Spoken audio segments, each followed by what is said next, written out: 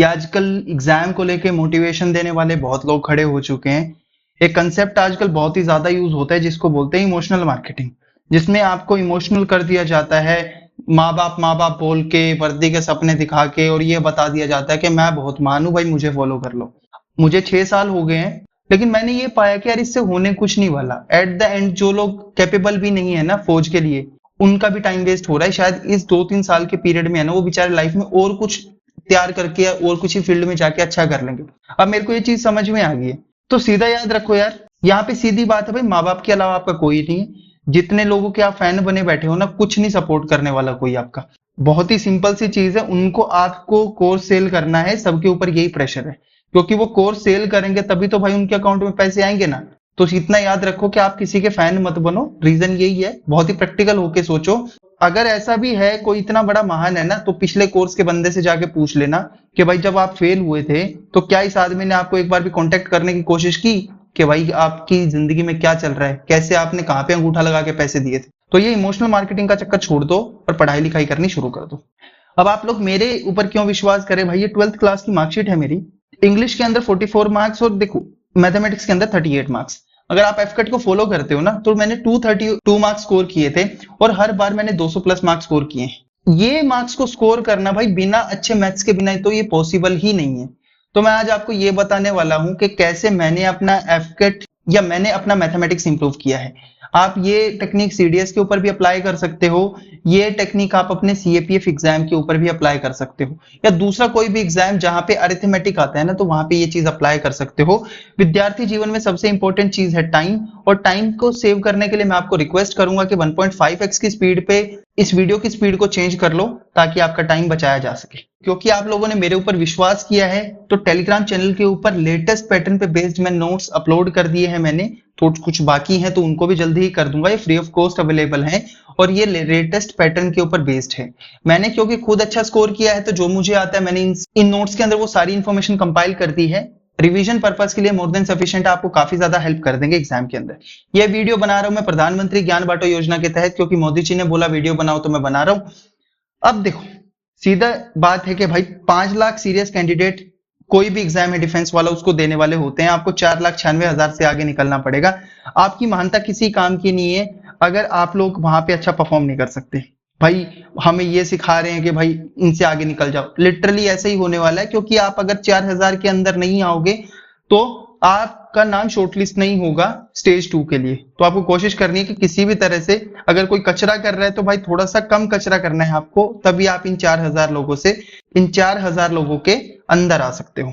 CDS का जो maths है उसमें 100 क्वेश्चंस होते हैं, 100 मार्क्स का पेपर होता है। कहने वाले कहते हैं कि भाई ये 2 आवर का पेपर है, 3 बजे से 5 बजे तक होता है और लास्ट होता है। लेकिन रियलिटी में बताता हूं, ये 2 आवर का पेपर ना होके भाई ये 10 आवर का पेपर है। क्योंकि इससे पहले आप 8 बजे घर से भी निकले थे, उसके बाद आपने 9 से 11 इंग्लिश का पेपर दिया, 12 से 2 आपने जीएस का पेपर दिया, और अब 3 से 5 ये पेपर भी दोगे, तो 10 आवर का ये पेपर है। उससे बाद ऐसा होता है कि जिस दिन आपका लाइफ डिसाइडिंग कोई इवेंट होता है ना, आपको नींद भी कम आती है। एक जगह से दूसरी जगह जाओगे तो छोटा मोटा ट्रेवल भी करोगे। तो इसलिए भाई अपने आप को है ना, आपको मेंटली रेडी करके रखना है कि ये सारी चीजें आपके साथ होने वाली हैं। हमें क्या करना है कि इस सिचुएशन के अंदर हमें 50 क्वेश्चंस का टारगेट रखना है, यानी 50 मार्क्स तो हमें स्कोर करने हैं, उससे ऊपर कितना भी कर ले हम लोग। ऐसा क्यों बोल रहा हूं मैं, वो आगे की इस वीडियो में बताऊंगा, जिसमें मैं आपको बता दूंगा कि भाई प्रिपरेशन कैसे करनी है, प्रैक्टिस कैसे करनी है, एग्जाम्स की टिप्स और कितने अटेम्प्ट करने हैं आपको क्वेश्चंस। टोटल मिला के है ना मारपीट के 20 टॉपिक्स ऐसे हैं जो कि आपको सीडीएस एग्जाम के लिए प्रिपेयर करने हैं। हर टॉपिक पे 10 टाइप के क्वेश्चन है, और हर टाइप के क्वेश्चन के अगर आप 10-10 क्वेश्चन प्रिपेयर कर लेते हो ना, तो डेली 2 आवर आप इन्वेस्ट करो। बाय द एंड जब आपकी प्रिपरेशन कंप्लीट होगी, ये 10-10 क्वेश्चन है ना, आपको 2000 क्वेश्चन कंप्लीट करके दे देंगे। और अगर एक टॉपिक पे आप 10 क्वेश्चन सॉल्व कर लेते हो ना भाई, तो ये गारंटी मान के चलो कि आप लोगों को बहुत ही ज्यादा सपोर्ट हो जाएगा। आप लोग है ना उस पर्टिकुलर टाइप के क्वेश्चन में तो परेशान नहीं होंगे। हाई स्कोरिंग एरियाज को मार्क करो, और उसके बाद में भाई ये जीएस का पेपर नहीं है कि जहां पे रट्टा मारा और आगे बढ़े। तो यहाँ पे केवल प्रैक्टिस ही काम आएगी, जितना ज्यादा प्रैक्टिस करोगे उतना ज्यादा अच्छा। सीक्वेंस सही तो यही हो सकता है कि सबसे पहले अरिथमेटिक करो, क्योंकि वो आपके एफकेट एग्जाम में भी काम आता है, सीएपीएफ एग्जाम में भी काम आएगा।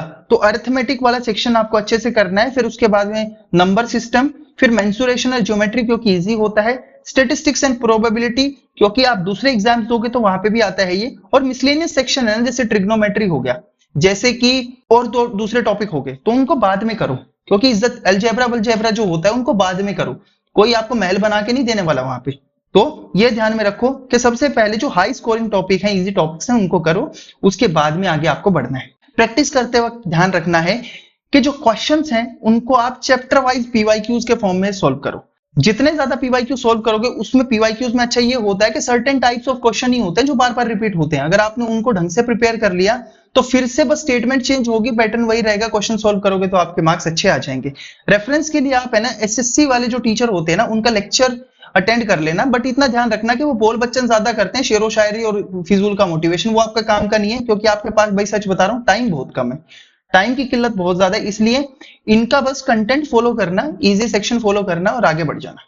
एग्जाम डे के अंदर जीएस के पेपर के बाद में पेपर होता है, तो जीएस के पेपर के बाद जब आप 2 बजे पेपर देके आओगे तो भाई 2:10 तक तो आप वैसे बाहर आओगे, और 2:45 के बाद आप अंदर चले जाओगे। तो ध्यान रखना, जो ये 20-25 मिनट का बीच का ब्रेक होता है ना, तो इस टाइम पे भूल कर भी कभी भी अपना रिजल्ट चेक मत करो। रिजल्ट इन द सेंस, कुछ लोग होते हैं ना वहां पे क्वेश्चन पेपर निकाल के बैठ जाएंगे और दूसरों के साथ डिबेट करनी शुरू कर देंगे, तेरा बी मारा, मैंने सी मारा, मेरा इंग्लिश में ये हो गया, जीएस में वो हो गया।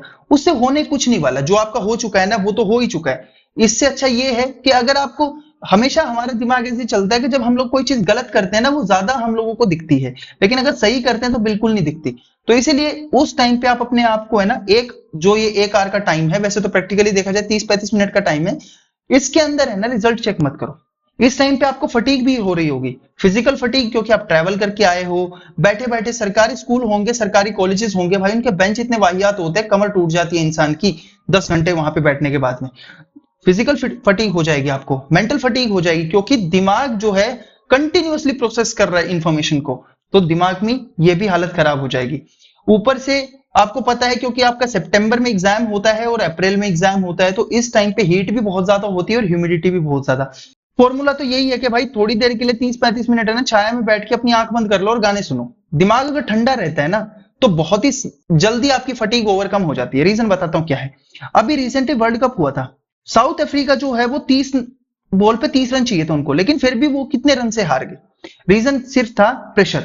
जब आप लोग है ना प्रेशर लेके करोगे तो बहुत ही बुरी हालत हो जाएगी। म्यूजिक आपके प्रेशर को रिलीज कर देता है। अच्छा म्यूजिक सुनो, फास्ट म्यूजिक सुनो, पावर वाला म्यूजिक सुनो। वहां पे अल्ताफ राजा बजा के आवारा हवा का झोंका सुनने की जरूरत नहीं है कि बर्बाद हो गया हूं मैं आज ही। सीधे याद रखना कि अच्छा फील करना है आपको इस टाइम पे। ऊपर से अगर कोशिश हो सके तो चॉकलेट जैसी चीजों को कैरी कर लेना, क्योंकि वो इंस्टेंट एनर्जी बूस्टर होती हैं। कोको की वजह से आपकी एनर्जी बूस्ट हो जाएगी।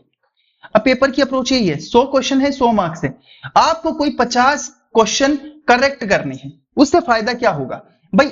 ऐसा तो है नहीं, आपको क्वांटिटी को नहीं देखना है, आपको क्वालिटी को देखना है।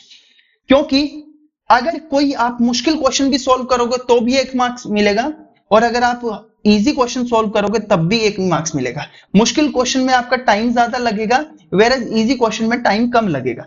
तो इसीलिए आपको क्वांटिटी की तरफ नहीं जाना, आपको क्वालिटी की तरफ जाना है। क्वालिटी जितने अच्छे टाइम में सॉल्व करो, क्योंकि एक तो क्वेश्चन आप सॉल्व करोगे 50 क्वेश्चन 2 घंटे में, और एक सॉल्व करोगे भाई 90 क्वेश्चन 2 घंटे में, तो आप 50 के ऊपर है ना, अच्छे वाले 50 के ऊपर ज्यादा स्कोर कर पाओगे, अच्छे से स्कोर कर पाओगे। और पेपर को आपको राउंड वाइज में सॉल्व करना है। जो हार्ड क्वेश्चन है उनको एलिमिनेट कर दो, और यहाँ पे अपना ईगो दिखाने की जरूरत नहीं है कि हाँ भाई मैं तो स्कूल के अंदर ट्रिग्नोमेट्री का चैंपियन था, क्योंकि मेरी प्रेमिका ने मुझे बोला था कि बाबू तुम तो बहुत बढ़िया ट्रिग्नोमेट्री बताते हो। तो कोई फायदा नहीं होने वाला बच्चों, वहां पे कोई आपका फायदा नहीं होने वाला, वहां पे आपका ईगो बिल्कुल काम नहीं करने वाला। आत्मसम्मान थोड़ी देर के लिए पेपर से बाहर रखो अपना। पेपर सॉल्विंग के टाइम पे 2 राउंड में आपको पेपर सॉल्व करना है। पहले 10 मिनट में तो आपको फ्लिपिंग ही करनी है। फ्लिपिंग क्या होती है उसके लिए मैंने अलग से वीडियोस बना रखे हैं, पहले एक बार जाकर उनको चेक कर लो, आपको बहुत ही ज्यादा हेल्प मिलेगी। आपकी लाइफ में है ना एक पर्सपेक्टिव आएगा कि पेपर ऐसे भी सॉल्व हो सकता है, और बहुत ही ईज के साथ में। उसके बाद में 10 के बाद में आपको यह पता रहेगा कि अब मेरे पास में 100 ही मिनट बचे हुए हैं। उसके बाद में जो ये 100 मिनट होते हैं, क्योंकि 10 मिनट तो आपके वो शीट वीट की एंट्री के अंदर चले जाते हैं, तो फिर 50+ मिनट के 2 राउंड और करने हैं। 50 मिनट में आपको 30 क्वेश्चन सॉल्व करने हैं, जो कि फेज 1 होगा, और इसमें इजी क्वेश्चन को सॉल्व करो। अगले 50 मिनट में आपको 30 क्वेश्चन को और सॉल्व करना है, जो कि मॉडरेट लेवल के क्वेश्चन होंगे, इनको सॉल्व करना है सेकंड फेज के अंदर।